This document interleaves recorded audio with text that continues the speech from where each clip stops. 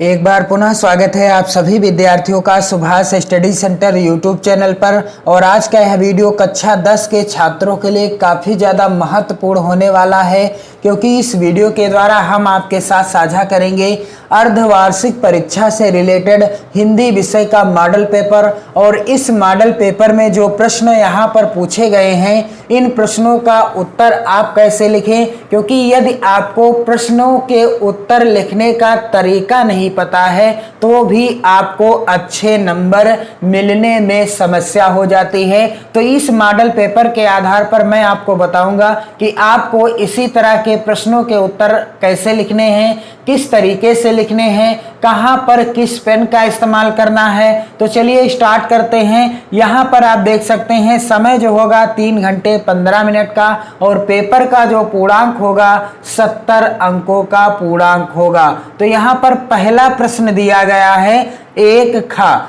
जो कि इस प्रकार से है, निम्नलिखित कथनों में से कोई एक कथन सत्य है, उसे पहचान कर लिखिए। यहाँ पर 4 कथन दिए गए हैं, जो कथन सत्य है उसे आपको लिखना है। तो इस प्रश्न का उत्तर क्या हो जाएगा, या इस प्रश्न का उत्तर कैसे लिखा जाएगा। तो सबसे पहले आपको इस तरीके से डालना है प्रश्न उत्तर नंबर 1 का, अथवा आप डाल सकते हैं उत्तर संख्या 1 का।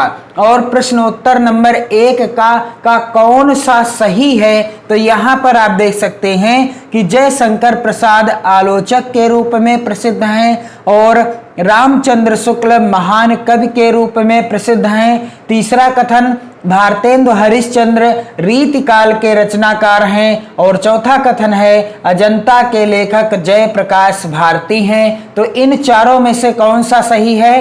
तीसरा कथन सत्य है, भारतेंदु हरिश्चंद्र रीतिकाल के रचनाकार हैं। तो आपको इस तरीके से डाल देना है नंबर 3, और तीसरा कथन सेम इसी तरह से लिख देना है कि भारतेंदु हरिश्चंद्र रीतिकाल के रचनाकार हैं।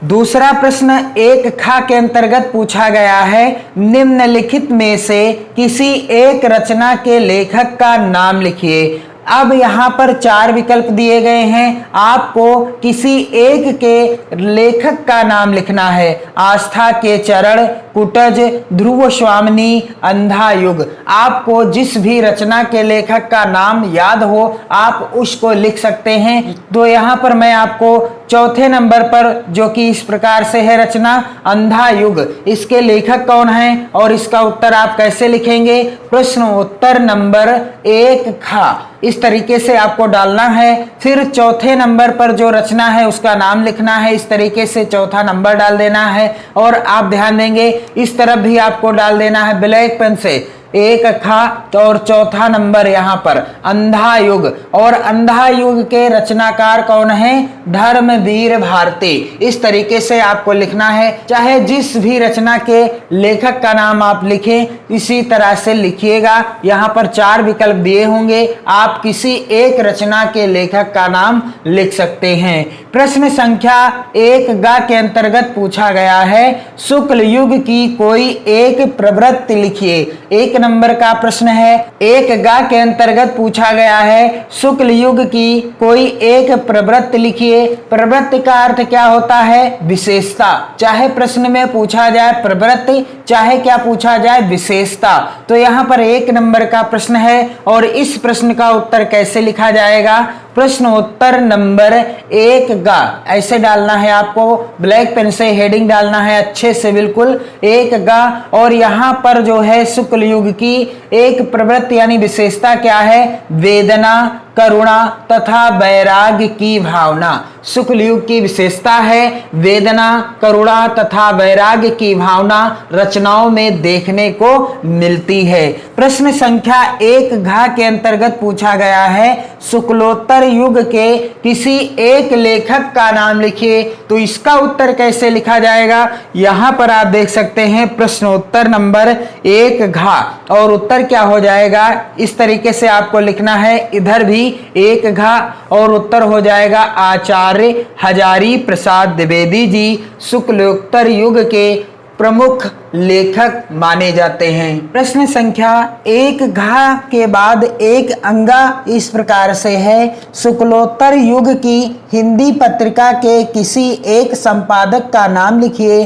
तो इसका उत्तर आप कैसे लिखेंगे, यहाँ पर आप देख सकते हैं इस तरीके से आपको डालना है प्रश्नोत्तर नंबर 1 अंगा, और क्या हो जाएगा उत्तर कि शुक्लोत्तर युग की एक पत्रिका का नाम क्या है, सुधा, और जिसके संपादक कौन है, यहाँ पर आप देख सकते हैं जिसके संपादक हैं सूर्यकांत त्रिपाठी निराला जी। प्रश्न संख्या 2 का जो कि इस प्रकार से है, रीतिकाल की 2 प्रवृत्तियां लिखिए। यहाँ पर आप देख सकते हैं प्रवृत्तियां लिखा हो अथवा विशेषताएं लिखा हो, दोनों एक ही चीज है। तो आपको मैं जानकारी दे दूं कि आप आदिकाल, भक्तिकाल और रीतिकाल, आधुनिक काल, छायावादी युग, इन सभी से रिलेटेड महत्वपूर्ण प्रवृत्तियों को याद कर लें, यानी 2-2 प्रवृत्तियां जरूर याद कर लें, क्योंकि यहां से प्रश्न जरूर बनता है और 2 नंबर का बनता है। तो इस प्रश्न का उत्तर आप कैसे लिखेंगे, तो प्रश्नोत्तर नंबर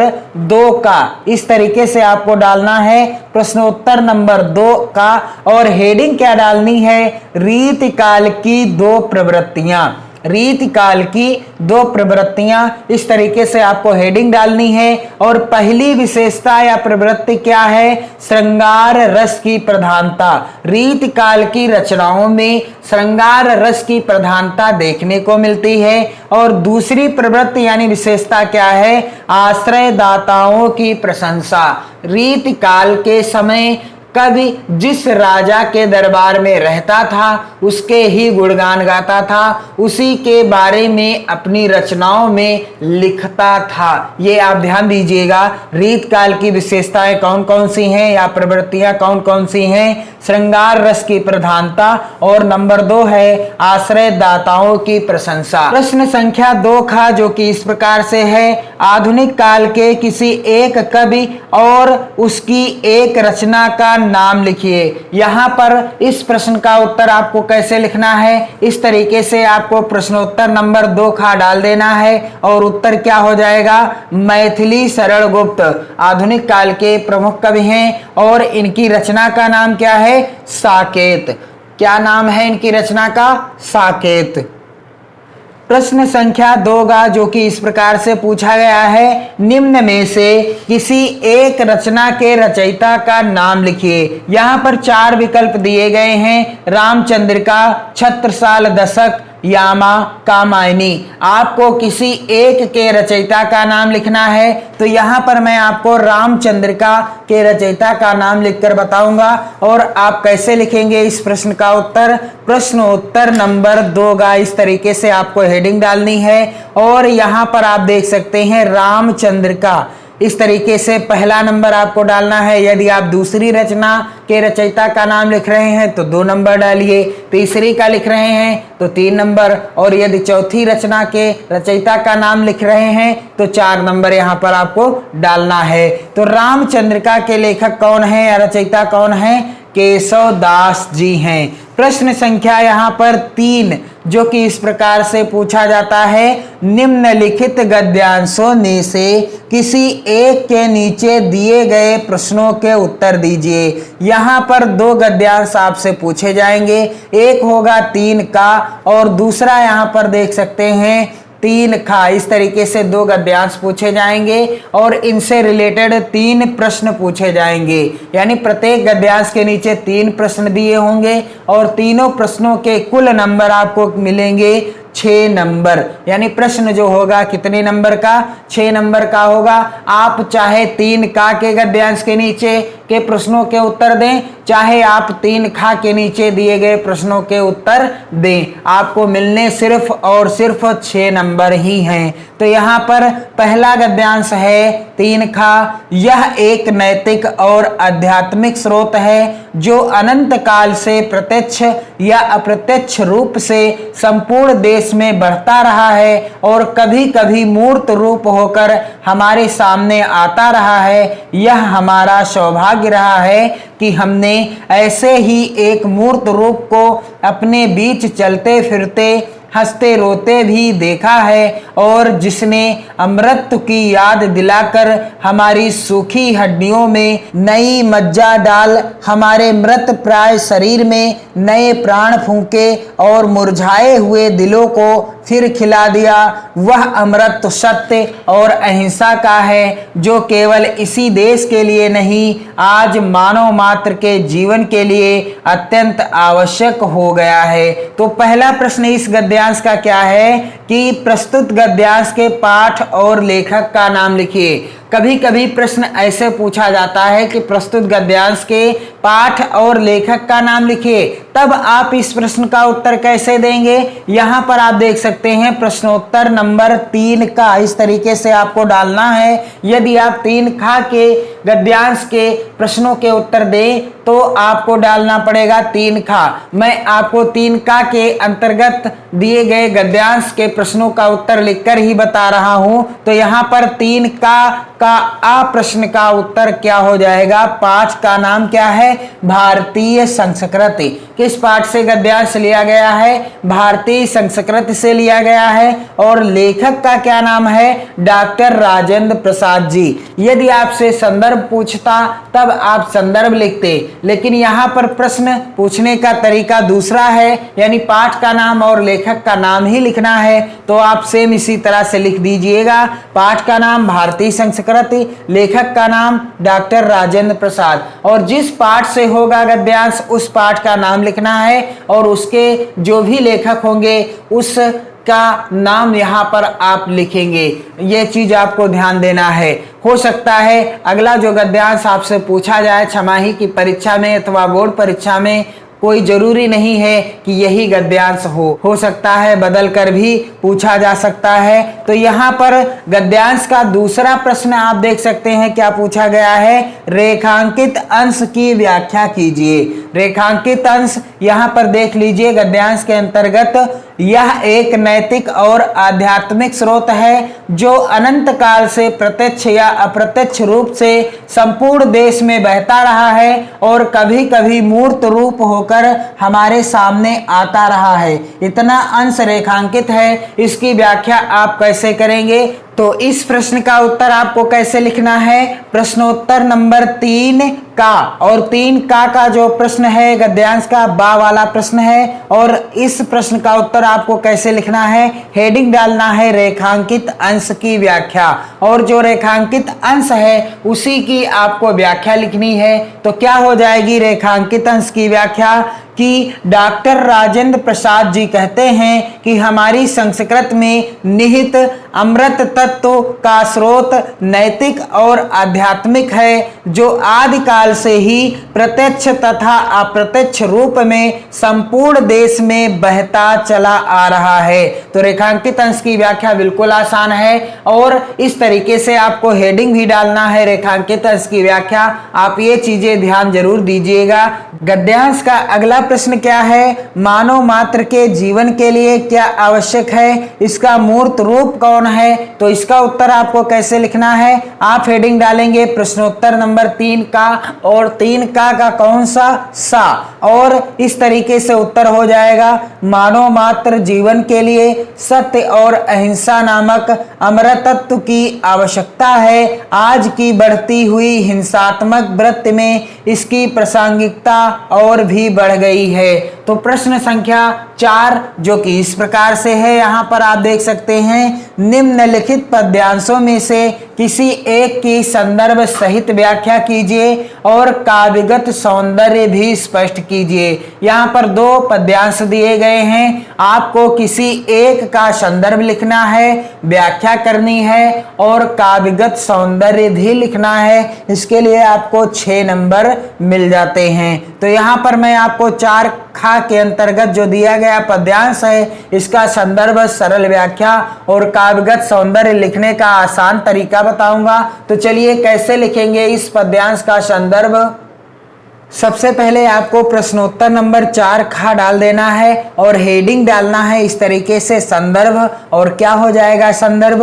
प्रस्तुत पद्यांश हमारी पाठ्य पुस्तक हिंदी के काव्य खंड में संकलित स्वदेश प्रेम शीर्षक कविता से अवतरित है, जिसके रचयिता कौन है? राम नरेश त्रिपाठी जी हैं। और यह कविता त्रिपाठी जी के काव्य संग्रह स्वप्न से ली गई है। यह कविता किससे ली गई है? राम नरेश त्रिपाठी जी के काव्य संग्रह स्वप्न से ली गई है। प्रस्तुत पद्यांश हमारी पाठ्य पुस्तक हिंदी आपको ब्लैक पेन से लिखना है, के काव्य खंड भी आपको ब्लैक पेन से लिखना है, में संकलित स्वदेश प्रेम पाठ अथवा शीर्षक का नाम भी आपको ब्लैक पेन से लिखना है, तथा रचयिता अथवा कवि का नाम भी आपको ब्लैक पेन से ही लिखना है। संदर्भ लिखते समय आप इन चीजों का जरूर ध्यान दीजिएगा।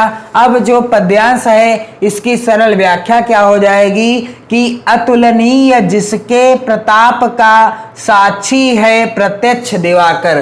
कैसे लिखेंगे इस प्रश्न का उत्तर? आप इस तरीके से व्याख्या हेडिंग डालेंगे और क्या हो जाएगी व्याख्या कि त्रिपाठी जी कहते हैं कि तुम अपने उन पूर्वजों का स्मरण करो, तुम अपने उन पूर्वजों का स्मरण करो, अर्थात उन्हें याद करो जिनके अतुलनीय प्रताप की साक्षी सूर्य आज भी दे रहा है, जिनके अतुलनीय प्रताप की साक्षी सूर्य आज भी दे रहा है। और आगे क्या हो जाएगी व्याख्या कि अतुलनीय जिसके प्रताप का साक्षी है प्रत्यक्ष दिवाकर, घूम घूम कर देख चुका है जिनकी निर्मल कीर्ति निशाकर। क्या हो जाएगी सरल व्याख्या कि घूम घूम कर देख चुका है जिनकी निर्मल कीर्ति निशाकर। इस तरीके से आपको व्याख्या लिखनी है कि ये वही पूर्वज थे,